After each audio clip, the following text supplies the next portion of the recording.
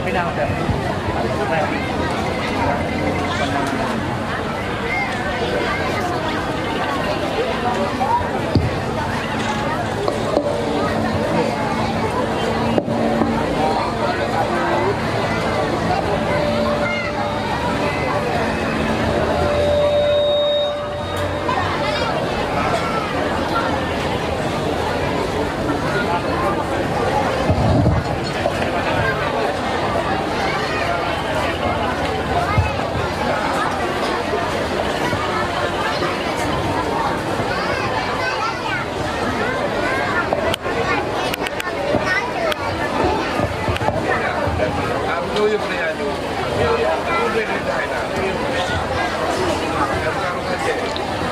Assalamualaikum warahmatullahi wabarakatuh.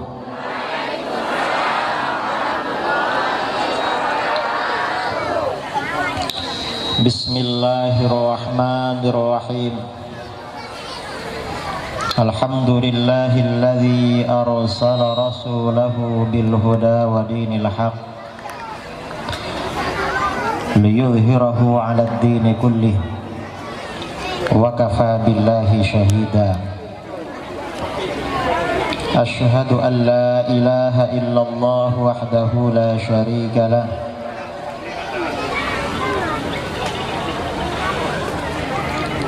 wa asyhadu anna sayyidana Muhammadan abduhu wa rasuluh. Allahumma shalli wa sallim ala sayyidina Muhammadin miftahi babi rahmatillah adada ma fi ilmillah, salatan wa salaman daimaini bidawami mulkillah wa ala alihi wa sahbihi ajma'in wa man tabi'ahum bi ihsanin ila yaumiddin, amma ba'du. Yang saya muliakan dan saya hormati para alim, ulama, para tempu, para abu, para walid yang hadir pada malam ini, Bapak Wali Kota Batam yang diwakili oleh Bapak Raja, pimpinan Permasa Perkumpulan Masyarakat Aceh Provinsi Kepri Kepulauan Riau beserta jajarannya, juga Ketua Permasa Kota Batam Bapak Juanda, Tengku Juanda, dan sekretarisnya Tengku Zainal beserta jajarannya, Ketua 13 Rayon Permasa Kota Batam beserta jajarannya yang juga saya hormati.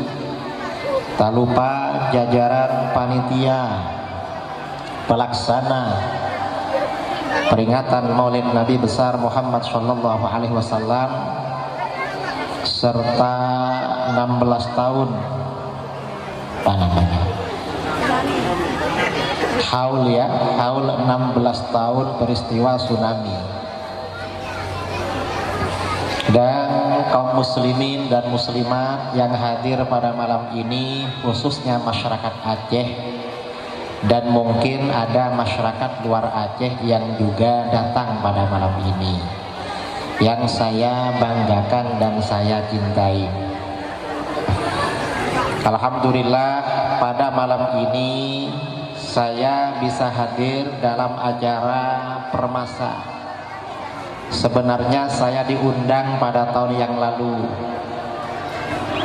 Tahun sebelumnya saya diundang, tetapi karena suatu hal tidak bisa hadir dan diwakili oleh guru kita Kiai Haji Lutfi Basori. dan sekarang alhamdulillah bisa hadir. Saya ini dengan masyarakat Aceh memang sangat akrab. Mengapa? Kemana-mana sering ditemani orang Aceh. Kalau ke Medan, ke Riau, ke Batam, biasanya yang mengawal saya orang Aceh. Bahkan di Kuala Lumpur, di Malaysia, kemana-mana orang Aceh juga. Dan di Jakarta sekarang orang Aceh. Saya di Jakarta menjadi ketua Dewan Pakar Tastafi Jakarta Raya. Karenanya akrab dengan orang Aceh. Sejak ke Aceh akhirnya sering berkumpul dengan orang Aceh. Walaupun sering berkumpul, tapi sampai sekarang belum pandai bahasa Aceh. Yang tahu cuma satu, hana ping hana inong. Itu bahasa Aceh yang saya tahu. Dan ciri khas orang Aceh ini kemana-mana makan. Setiap acaranya 1 kali, makannya 3 kali. Tadi habis duhur saya disuruh ke sini. Apa? Pak Kiai makan-makan. Loh, acaranya nanti malam. Iya, makannya dari sekarang. Saya dulu sebelum sering ke Aceh berat badan 40 kilo. Sekarang ini sering ke Aceh, sering kumpul sama orang Aceh, berat badan 60 kilo lebih. Jadi Aceh ini berpartisipasi saya meningkatkan berat badan saya. Saudara-saudara yang dimuliakan oleh Allah, pada malam ini ada beberapa peringatan yang akan kita bahas pada malam ini. Yang pertama, memperingati Maulid Nabi Muhammad SAW. Yang kedua, haul ke-16 saudara-saudara kita yang wafat pada peristiwa tsunami 16 tahun yang lalu.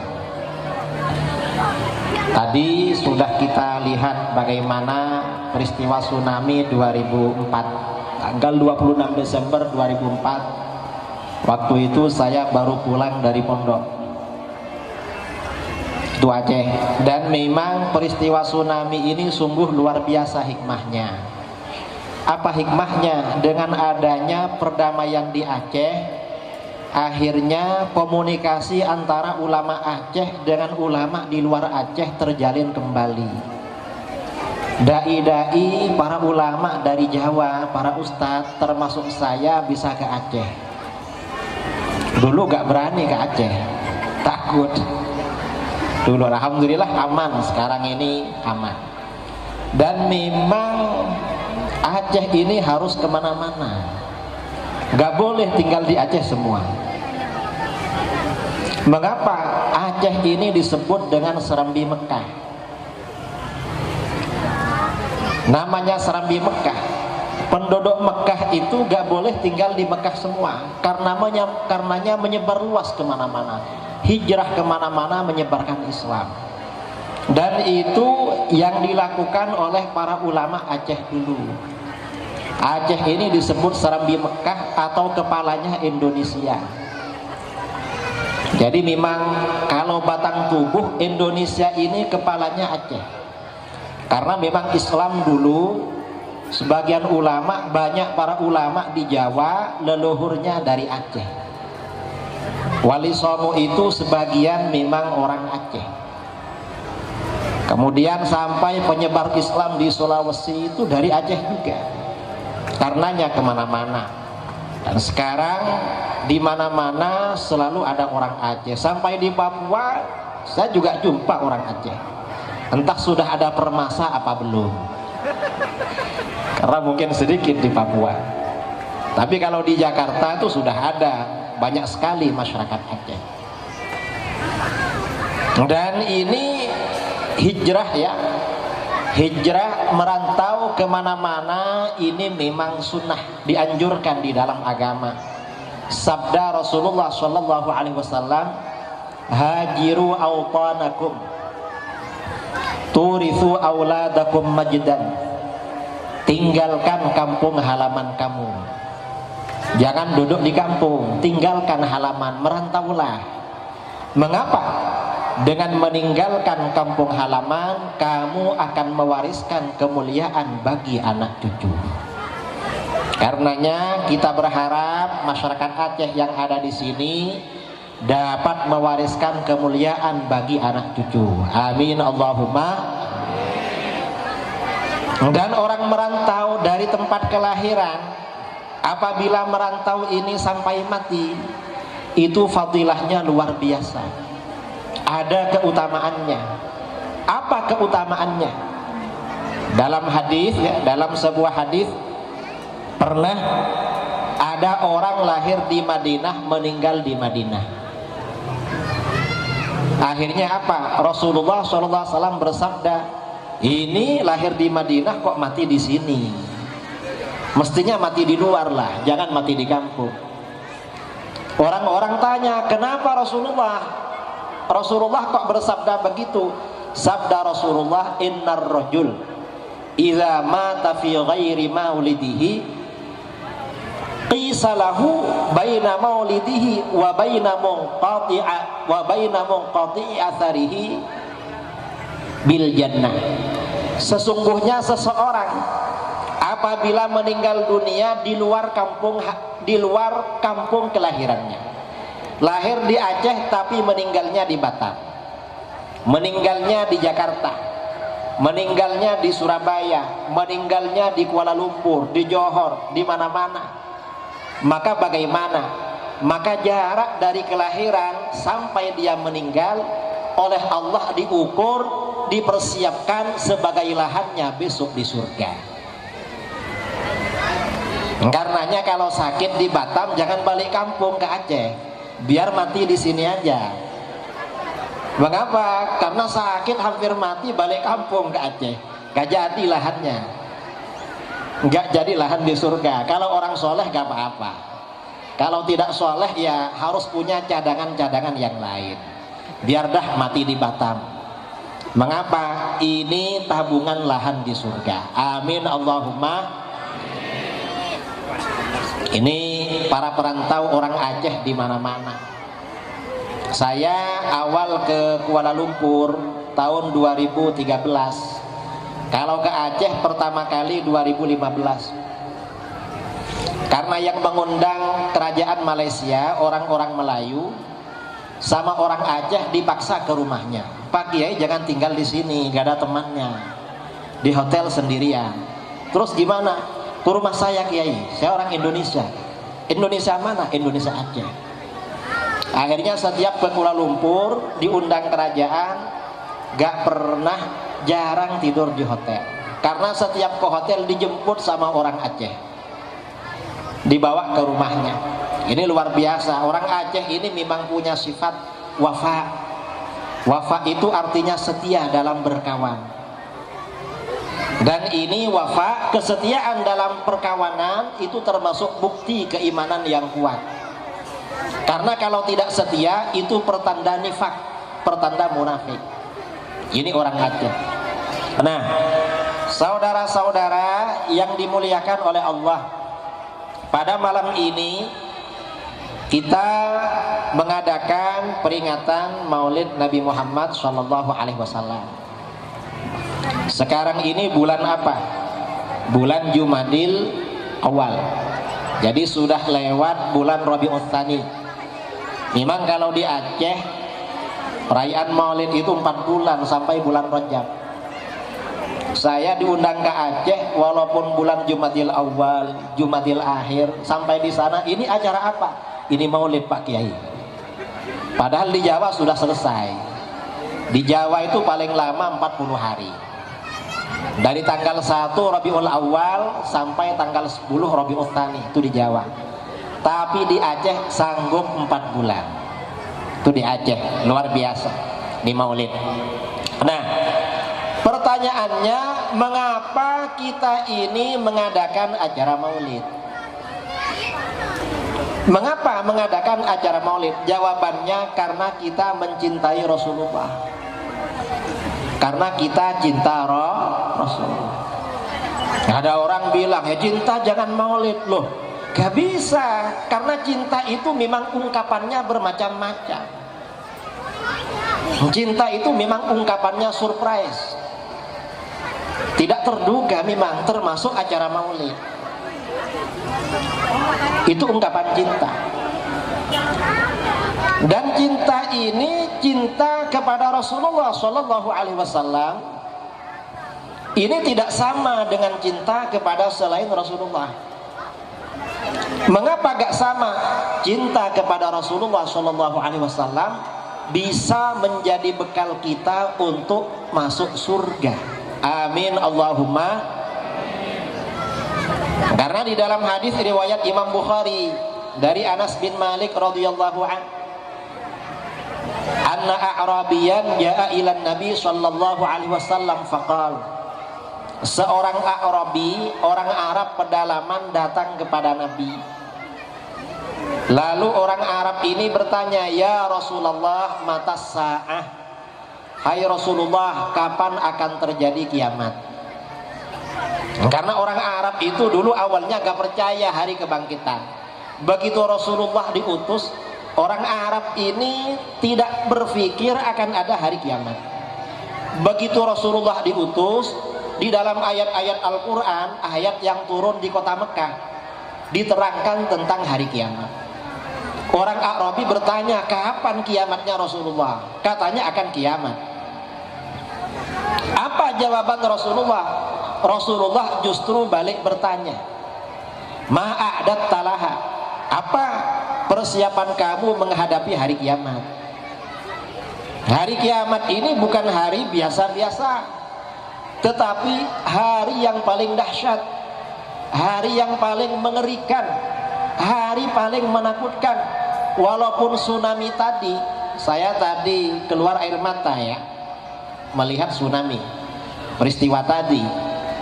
Walaupun itu luar biasa, tapi dibandingkan hari kiamat bukan apa-apa itu. Hari kiamat ini paling mengerikan. Nah, persiapan kamu untuk menghadapi hari kiamat apa? Kok tanya hari kiamat?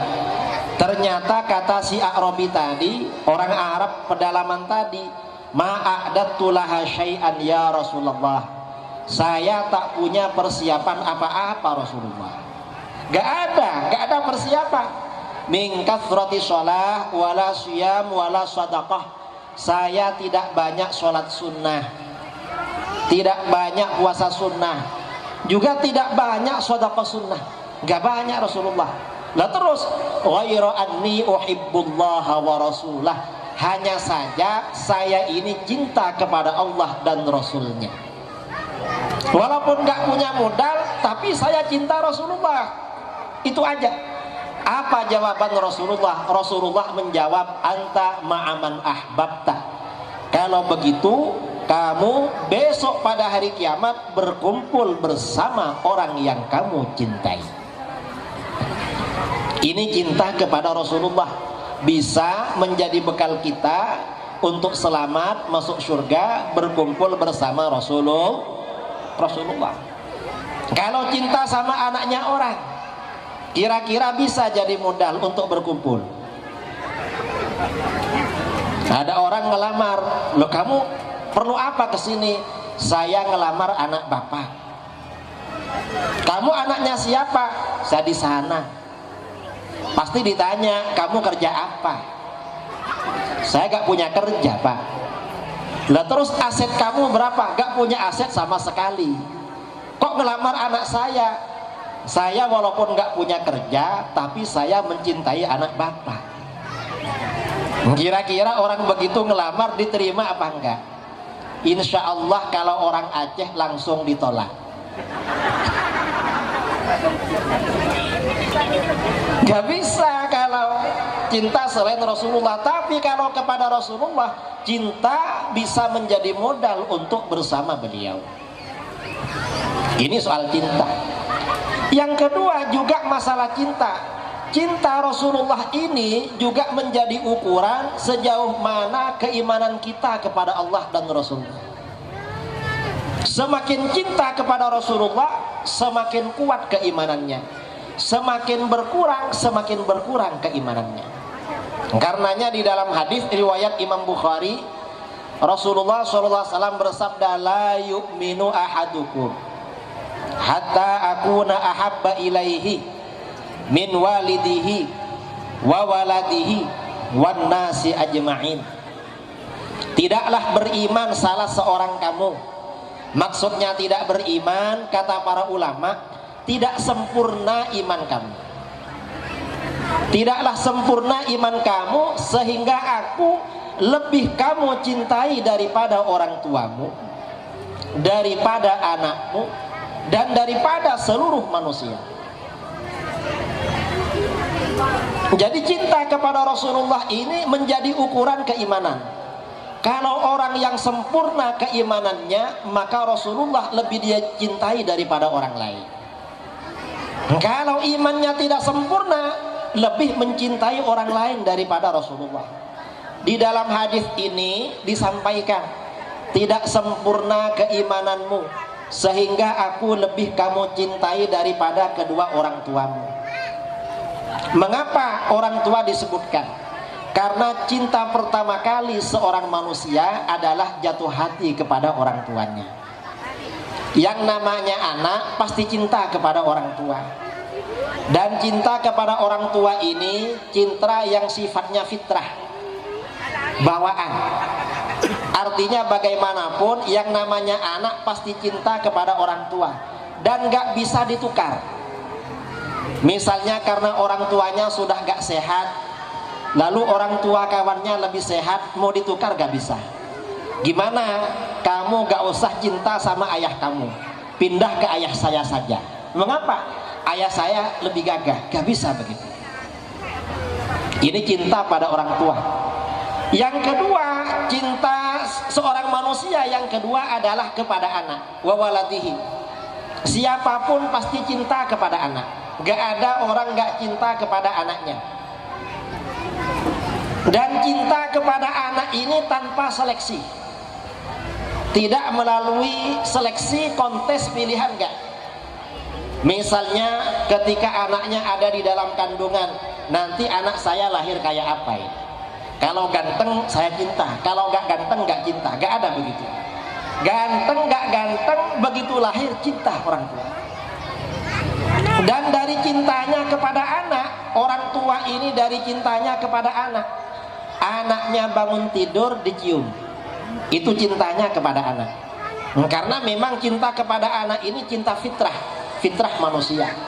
Kalau kepada istri gak sama dengan anak. Kalau istri bangun tidur gak bakalan nyium, tapi kalau anak walaupun bangun tidur dicium. Dan anak ini walaupun nakal tetap anak. Senakal apapun, nak, kamu ini jangan nakal. Kamu anaknya ayah, ayah ini malu. Itu kalau pada anak. Tapi kalau pada istri, cinta kepada pasangan gak sama dengan anak. Cinta kepada pasangan ini pasti melalui seleksi. Seorang laki-laki atau seorang perempuan sebelum memilih siapa yang akan singgah di hatinya, itu biasanya diseleksi dulu. Kayaknya ini cocok di hati saya. Biasanya begitu, seleksi. Kemudian setelah itu transaksi, lalu mau sama mau, sudah senang. Tapi dalam perjalanan waktu, cinta kepada pasangan ini beda dengan cinta kepada anak, beda. Kalau anak sendiri nakal tetap cinta, lebih cinta kepada anak daripada anaknya orang lain. Tapi kalau istrinya nakal, kira-kira bagaimana? Apa masih cinta? Belum tentu. Kadang kalau istrinya kurang baik, kamu jangan macam-macam, nanti saya kawin lagi loh. Ini laki-laki, padahal sudah punya di luar, masih pakai ancaman. Jadi pakai seleksi. Dan orang ini dari cintanya kepada anak, kalau pergi ke luar kota, lihat anaknya orang, ingat anaknya sendiri. Itu dari cintanya kepada tapi kalau kepada istri kira-kira begitu enggak? Misalnya lihat orang perempuan lalu ingat istrinya, kira-kira ingat istrinya apa lupa? Kira-kira lupa,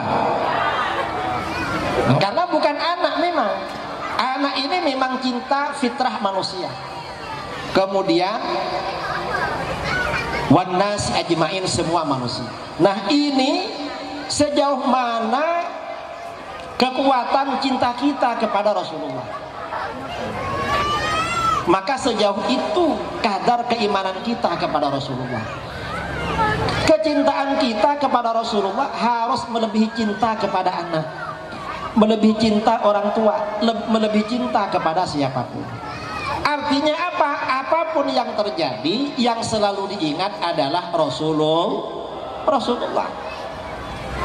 Berjumpa dengan saudaranya sesama muslim, hormat, perhatian. Mengapa? Ini umatnya Rasulullah ini. Rasulullah pasti senang pada orang ini. Yang diingat Rasulullah.